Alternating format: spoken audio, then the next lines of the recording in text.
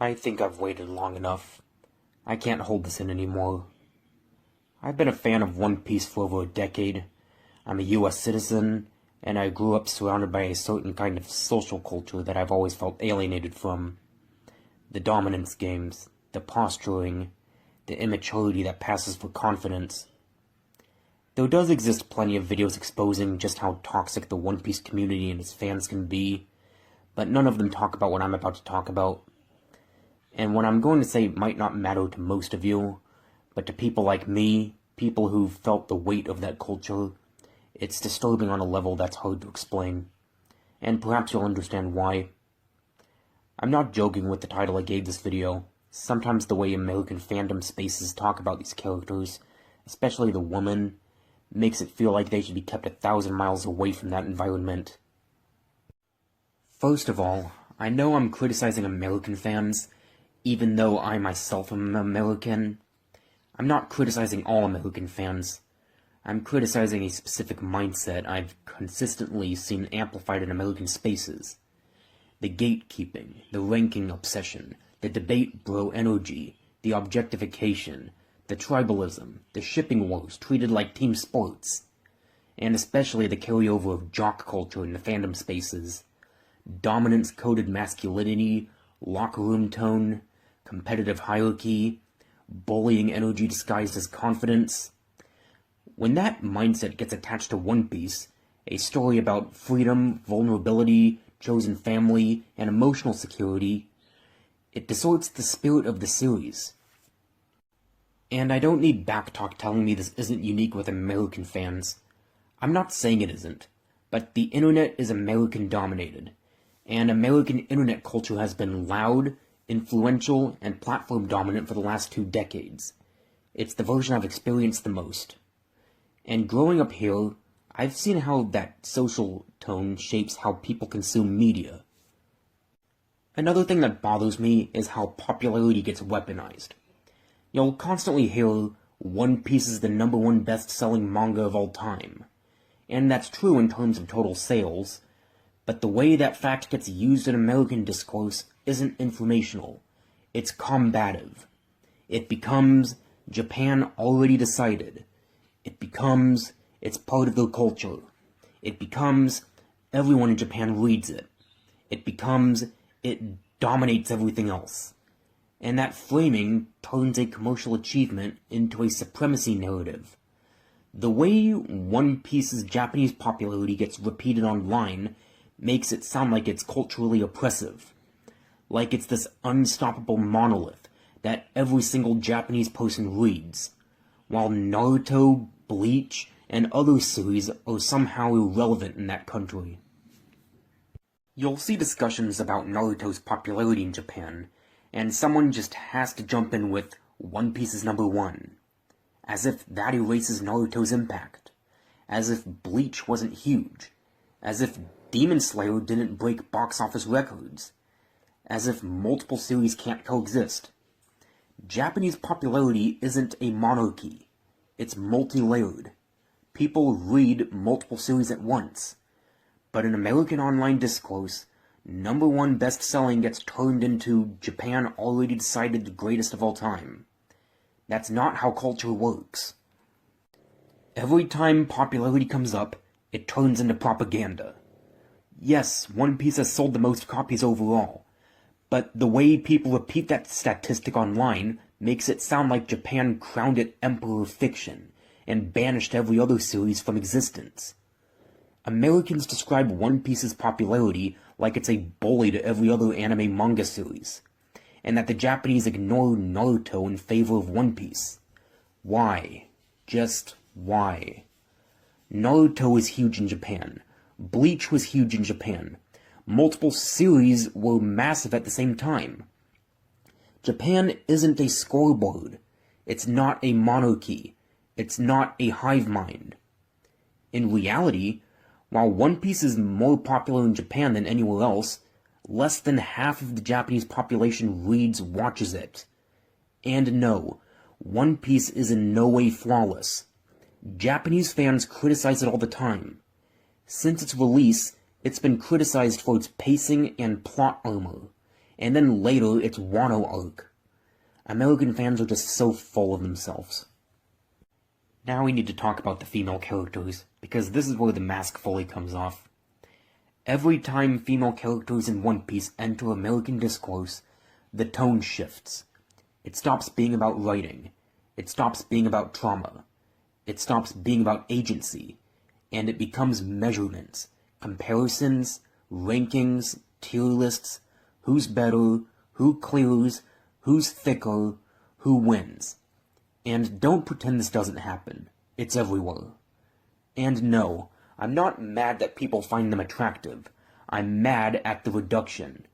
Because when a character like Nami gets reduced to proportions, when Robin gets flattened into a body type, when Hancock, a character written with pride, insecurity, and vulnerability, gets boiled down into a fantasy template, that's not appreciation.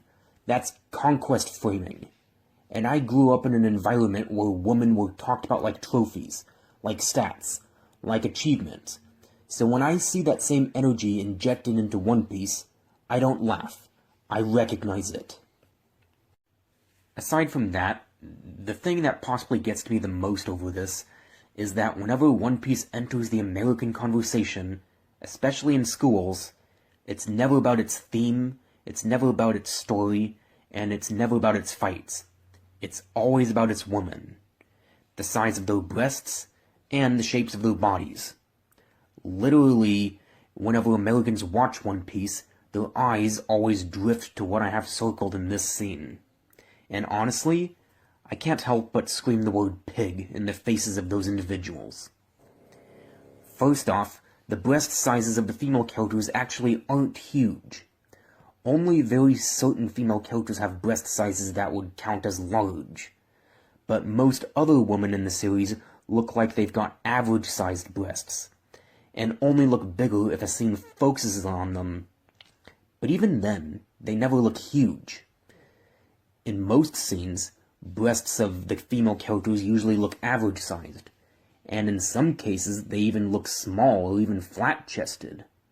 This is especially noticeable in the manga covers. And as for the body shapes, they're just hourglass-shaped, which is the natural female body shape. But most importantly, One Piece uses a cartoony art style, even in its female characters. And let's be honest, the conversation about their bodies is exaggerated beyond reality. Every character in One Piece is drawn in a cartoon art style. Exaggeration is baked into everything. Limbs, expressions, proportions, reactions. But when it comes to the woman, Western discourse suddenly treats stylization like moral evidence. Like Eiichiro Oda committed a crime by drawing natural female silhouettes in a cartoon world, and call the female character designs sexist, and claim that Oda is a pervert, and use characters like Nami, Rebecca, and Reiju to back up their bullshit claims. This type of talking is absurd, especially when the first 50 episodes of One Piece lacked female characters besides Nami. I find it hard to believe that such people could even be fans of One Piece when this is how they talk about it. There is a specific strain of American youth culture, especially in school environments, where attraction gets filtered through competition, bravado, and humiliation, where liking something becomes dominance, where talking about women becomes scoring points. For a certain type of guy, anime didn't challenge that mindset. It gave it new material. The anime boom in the US hit during an era when early internet culture amplified schoolyard bravado instead of challenging it. It's not that anime makes women more attractive, it's that American boys, as early as elementary school, tend to get turned on just from looking at an anime girl's face. And to make this worse, school bullying in the US since the 2000s has been no joke. One Piece thankfully wasn't popular in the US during this time, but when it did in the early 2000s, oh my god was that a mistake. Especially when at the time, One Piece had already introduced a character tailor-made to be devoured by that mindset, Boa Hancock. Boa Hancock is regarded as the most beautiful woman in the world, in the One Piece universe, and her design really shows that. But to audience who grew up in an environment that's all about dominance, competitiveness, and objectifies women, she's a pinnacle target to them. Boa Hancock is a former slave, a branded child, a survivor of abuse so severe she built an identity around superiority over it. And somehow, in American discourse, that becomes background flavor. She becomes top-tier waifu, a prize, a power ranking, not a person. Her love for Luffy, which is written as awkward, vulnerable, almost childlike, gets treated like a joke, or worse, like she's lost. Like vulnerability is a downgrade. And the loudest conversations about her aren't about pride, survival, or emotional walls. They're about body proportions. Amazon Lily, a nation of women shaped by isolation and trauma, gets flattened into Island of Hot Woman by American audience. That's it. That's the reading.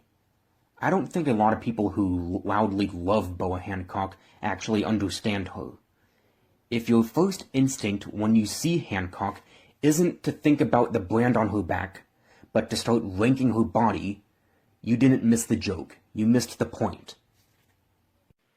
Just let me show you some disgusting phrases American high school and college jocks are known to say. And I'll add a cringy jock face for emphasis. Do you seriously, in all honesty, want to associate One Piece or any anime with this? Because a character like Boa Hancock should, in all honesty, stay far away from all of this. I mean it. First off, because Hancock is portrayed and designed as legitimately the most beautiful woman ever, she is a serious red flag for American jocks. Her introduction is meant to surprise the audience, since before her face and full appearance are revealed, you first see just her heels as she walks out of her ship to show herself. And before her full reveal, you see brief glimpses of parts of her design, which is the perfect way to build up her reveal. But then, once both her full face and frame are shown in full detail, the way American viewers tend to react is actually different to how these Marines reacted. Oda plays this for comedy. The Marines losing composure is satire. But in certain American spaces, that satire becomes aspirational. Instead of blushing, they start talking dirty, and usually in the cringiest ways possible. The Amazon Lily arc, which starts at around episode 400, an arc that introduces an island of women that doesn't allow men, and as well as the island Boa Hancock rules, and she debuts in it. This whole arc, in all honesty, doesn't belong in American spaces. For a country that glorifies toxic masculinity, jock culture, and locker room talks, this whole arc, as well as everything that's happened in One Piece after it, it just doesn't belong in typical American male mindsets. American jocks, and any American who are loud and grossly objectifies women and glorifies toxic masculinity who've watched One Piece honestly never should have reached the Amazon Lily arc or laid eyes on Boa Hancock.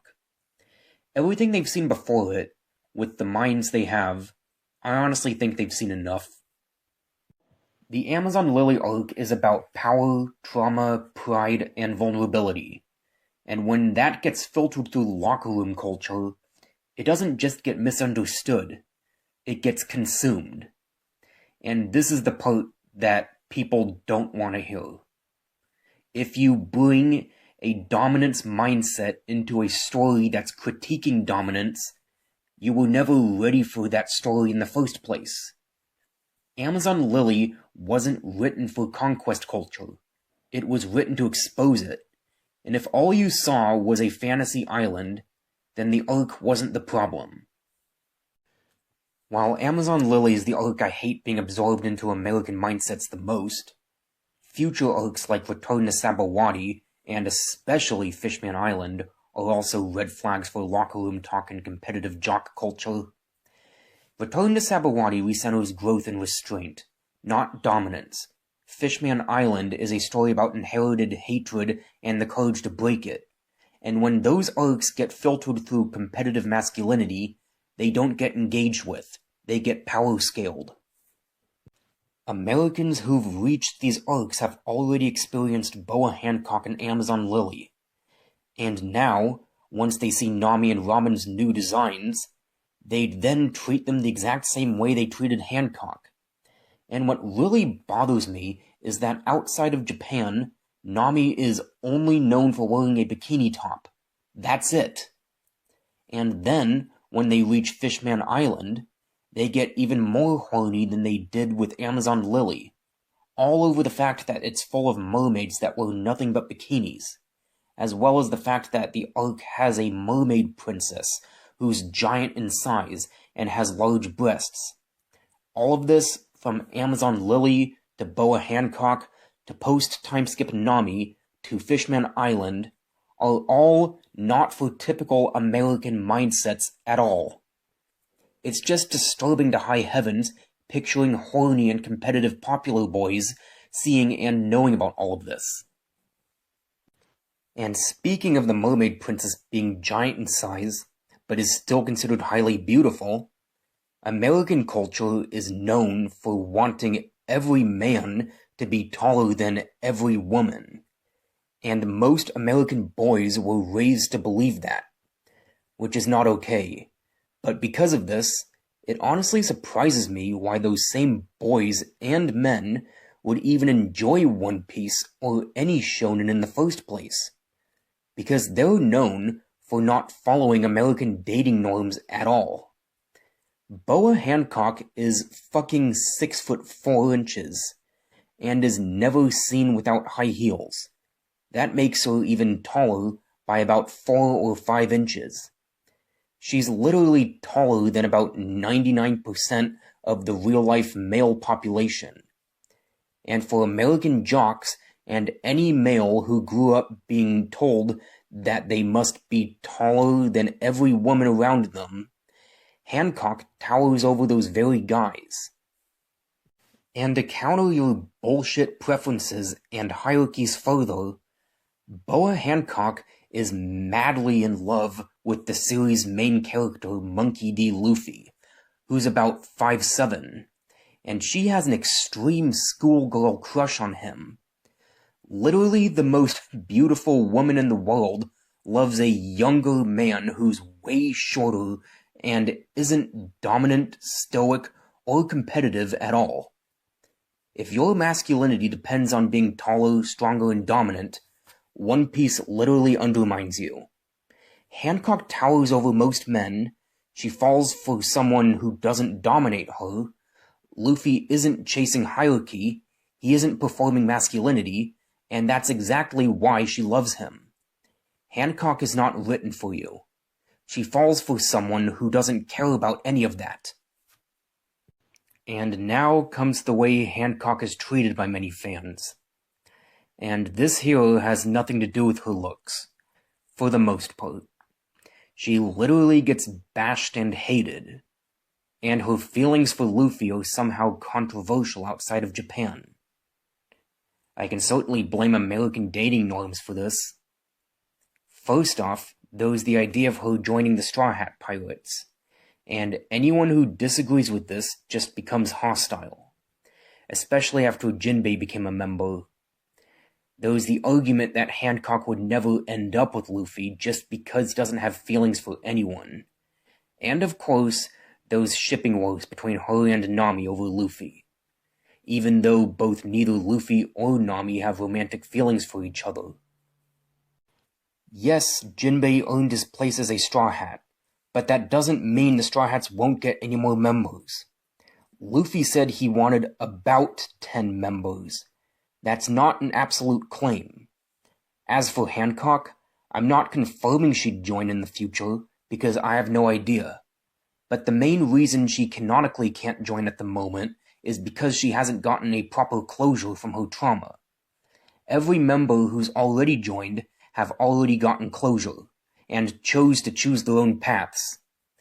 But to become so hostile and absolute over the idea of Hancock joining, it stops being about narrative structure and starts being about protecting a preference. Let me show you the tone I'm talking about. Not thoughtful critique. Not, she's not my favorite. I'm talking about this. People use quotes like, the Straw Hats respect Jinbei more. Nobody wants Hancock around. Luffy needed Rayleigh for 2 years, not some obsessive woman.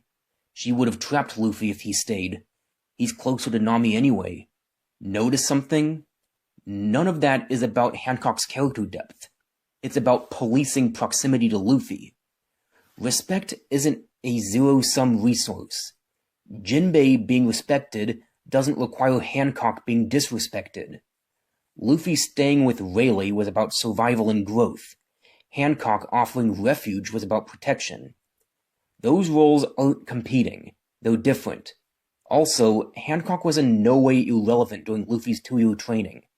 She watched him evolve for 2 whole years, and she provided him food and care during that time. That is confirmed by canon. The entire series is about freedom. Hancock never chained Luffy. She helps him break chains. Also, Luffy and Nami don't have romantic interests in each other, and they never have. Many Westerners also believe Luffy and Nami make a better couple just because they're of equal age, and Luffy's at least an inch taller than her. One Piece doesn't build relationships on matching stats. It builds them on shared values. Luffy doesn't have romantic feelings for any woman, including Hancock. And honestly, the fact that Hancock is unfazed, relentless about it, and never gives up wanting to marry him, makes her feelings for Luffy even better and more fun. And to say something true, series creator Eiichiro Oda defends Hancock's feelings for Luffy. When debates about Hancock reduce to who deserves Luffy more, the conversation stops being about story and starts being about possession. Luffy is not a trophy, Hancock is not a predator, and Nami isn't competition. Whether Hancock joins the Straw Hats or not isn't the point. The hostility towards the idea reveals how territorial parts of the fandom can be. Disagreeing is fine. Getting hostile and derogatory about it isn't. Let me be clear. If you don't think Hancock will join the Straw Hats, that's fine. That's speculation. None of us know the ending. What I'm addressing is the hostility that shows up whenever the possibility is even mentioned. Because the way some people argue against it isn't structural. It's dismissive. It's territorial. Arguments include, she's too obsessed, she'd ruin the crew dynamic, nobody likes her, she'd just be there to simp, Jinbei already filled the former warlord slot, she doesn't belong. Notice something here? They're not evidence-based. They're emotional gatekeeping. If your argument is, I don't see a narrative role for her, that's valid. But if your argument is, keep her away from Luffy, that's not literary analysis. That's territorial energy. Her crush is comedic. Her loyalty is serious. Don't confuse the gag with the substance. The Straw Hats have recruited a former assassin, a war criminal, a literal cyborg, and a former enemy fishman captain. The idea that an empress would ruin the dynamic feels selective. Crew composition isn't a quota system. Jinbei joining doesn't erase every other character's narrative potential. But the moment Jinbei joined, the tone around Hancock shifted from debate to straight-up dismissal. It's fascinating how the mere possibility of her joining creates more aggression than most villain theories. Yeah, I'd say Boa Hancock and Amazon Lily being known by jocks and toxic-minded Americans is the key reason I gave this video the title I gave it. American guys who are big, smug, overly confident, competitive, popular bullies who constantly swear and talk about sex. A fictional woman with legit, unparalleled beauty like Boa Hancock is a red flag for those types of guys. And with the brains they already have, having them absorb her into their eyes and brains is just horrifying. Them, as well as any toxic user who views Hancock as nothing but sexualization and Amazon Lily as the land of their dreams, just never should have watched or read One Piece at all. And I honestly don't care what they would have missed out on post-Sabaody. One Piece was clearly not made for American brains. It just never should have entered American locker room conversations. And no, One Piece is not better and superior to Naruto and Bleach. There is no superior shonen. They're all great for what they are. Even the Japanese agree with this. I just hope that sooner than later my country stops being about bigger is better, dominance, and winner culture, and hormonal behavior returns to the way it was in the pre-internet times. But even then, the damage One Piece has received in modern American youth and internet culture has already been done. And if any Americans watching this are just going to get defensive over the ways they were raised and the environments they grew up in, then that just further proves my points. And if nothing I said in this video will cause them to reflect, then I don't know it will. One Piece doesn't need a change. The audience does.